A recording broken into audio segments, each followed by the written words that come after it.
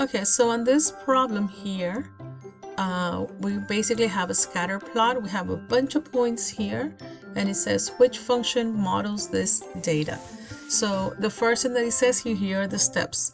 It says press plus to insert a table, and then you're going to type in the x values and the y values.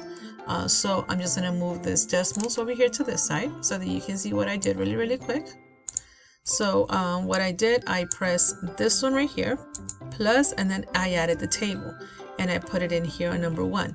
So as you can see, I already transferred the points here. Whatever's in here, I typed them in here.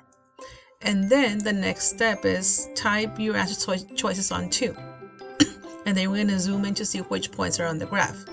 So what I did here is I typed in all the equations A, B, C, and D. And as you can see, each one has a different color. I like decimals because it's color coded.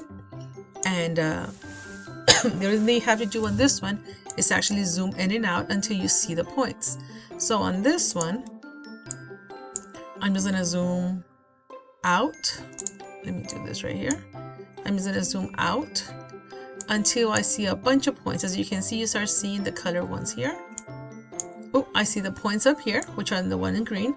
And the only graph that touches this one, it is the orange one. So it's color coded.